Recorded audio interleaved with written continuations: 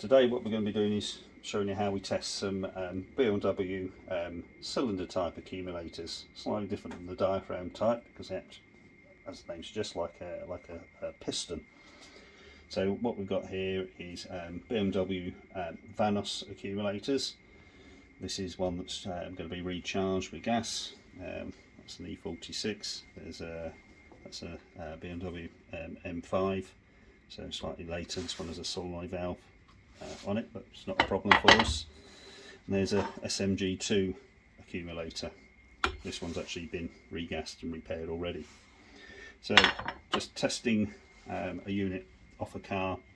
So what we'll do is we put it on the test rig, simple hydraulic static test rig, just passing hydraulic pressure into the unit. We go through a transfer system here, so we only put the right fluid in. Standard hydraulic pressure in here, and could be engine oil for a Vanos system, but what we like to use is pure silicone oil. A little bit expensive, but it's nice and safe on all of the diaphragms and all of the O-rings. So what we're going to do is we're going to pump this up, and what we should see is the pressure should rise rapidly until it meets the nitrogen charge pressure. In the Vanos system it should be 50 bar, so what should happen is gauge go up rapidly until it hits 50 bar, and then it should stop going up rapidly.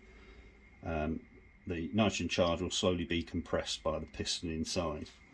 So we'll start pumping. There we are, we're going up fairly rapidly. It stopped, and that stopped at 35 bar, so we'll keep on pumping, and it's not really gone up past 35 bar, so that means there's 35 bar nitrogen pressure left in this unit. What we'll now do is we'll put another one. This is one we've recharged. It's a recharge unit. So basically we pop a little hole through the top here and put it on a special rig that recharges it back to 50 bar and reseals it. No big valves stuck out, nice and neat job, nothing in there to disturb the piston inside. So same test, this is the recharge unit. So we recharge the nitrogen pressure back to 50 bar on this one. So we'll start pumping up. What we should see is the gauge rise rapidly until it matches the nitrogen pre-charge pressure, 50 bar, and there it is, 50 bar. So that one's recharged back to 50 bar. Now we've put the SMG2 accumulator on, slightly bigger than the Vanos system, but exactly the same thing. It's effectively, there's a double seal piston that rises up and down here. There's a pre-charge, nitrogen pre-charge of 39 bar in this. Of course 39 bar, it all depends on the temperature.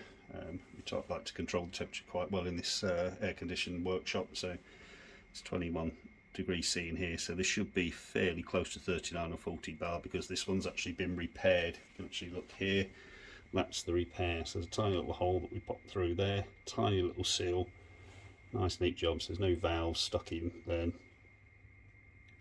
And this we recharge through that point there. So same thing, I'm going to pump this up with hydraulic pressure. It's going to actually move the piston up until it piston compresses the nitrogen charge. When it matches the nitrogen charge, the pressure will stop rising. So gradually rising, so we should get to just 40 bar there, just under 40 bar.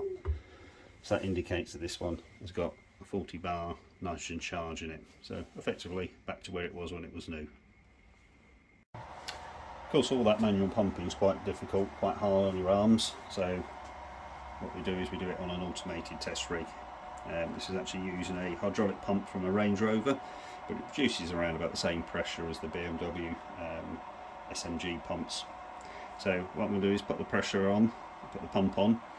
We've got pump, just a gauge, throttling valve, solenoid valve, and then a reservoir of silicone oil. It will pump the pressure up very rapidly until it meets the nitrogen pressure, as we saw in the static test. Then it will carry on pumping up to about 115 bar, and then it will open the valve and shut the valve to cycle the piston, to give it a little bit of exercise just to make sure that the piston is still sound inside. So pop the pump on, a little bit of lift on pressure because there's a little bit of back pressure as a result of the throttling valve. I shut the solenoid valve and you should see the pressure jump straight up. There it is. So if that was on your car, that would have jumped straight back up to about 40-50 bar.